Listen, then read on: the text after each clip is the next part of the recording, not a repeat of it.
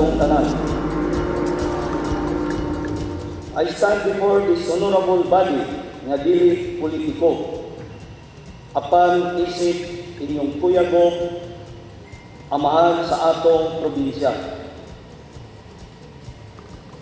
My loyalty to my party ends when I offer my service to the people of Davao del Norte with a fresh and overwhelming mandate na inyong gihatag. I would like to extend my warm congratulations to every elected member of this august body. God brings us to where we are today. Now that we are here in this honorable hall, I am asking each one of us to do what we promise to our people.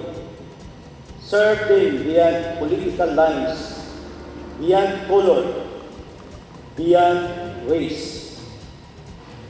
We need to work together as one Davao del Norte, one people, do our best in the name of genuine public service. Give our people the services and programs that they deserve.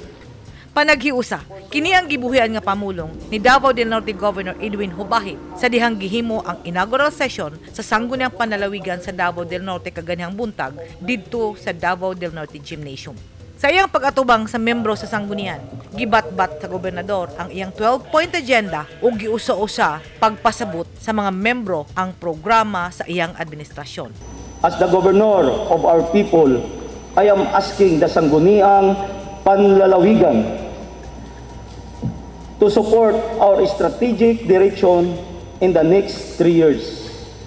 We'll put focus on filling up the development gaps and reinforcing vital public services to the provincial government. We shall expand the coverage of our provincial scholarship program by bringing down the academic requirement to a practically reachable standard to give equal chance to a greater number of unprivileged students in the province. We shall expand our grassroots sports development program to encourage our youth sector. Along this line, the upgrading of our main oval track at the Davao del Norte Sports and Tourism Complex, along with other sports facilities in the works already.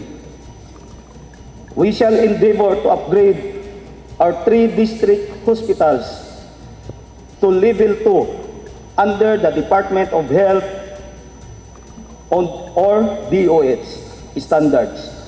Ang problema sa baha, problema sa mag-uuma ug livelihood opportunities sa mga lungsod ug ang pagmintinar sa kahusay ug kalinaw ug padayon nga zero bilik.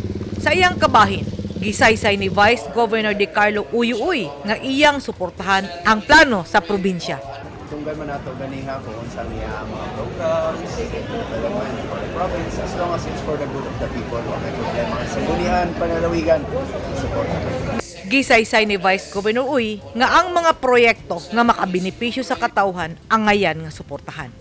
Nagpasalamat ang gobernador sa sanggunian dungan sa panawagan Atong ibutang sa atong unahuna nga ang tanang plano o kalambuan alang sa atong katawan. Magsugod kung kita magkayusa. Let us walk the talk. Let us put place to our promise before our people. Let us return the mandate nga ilang gihatag sa tuwa nga atong suklian og tiunay nga serbisyo publiko. Let us join hands and walk together as one Davao del Norte, one people. We are one. Ako magpabilin nga inyong kuyagob, inyong kaagapay, ang kuyagob ng masa ang inyong sulugoon sa probinsya. Kung ang tanang lideres magkasinabot sa tumong sa pagtabang sa katauhan, mubunga kini alang sa kalambuan sa tanan. Edith Caduayo, News 10 Philippines. Stay safe! We shall have infirmary hospital in strategic areas of the province, specifically Panabo City, Asuncion, and RHU